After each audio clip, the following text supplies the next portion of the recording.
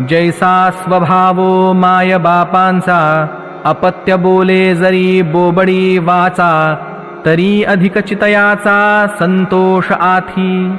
तैसा तुम्ही मी अंगीकारिला, सज्जनी आपुला म्हणितला, तरी उणे सहजे उपसाहला प्रार्थू कायी.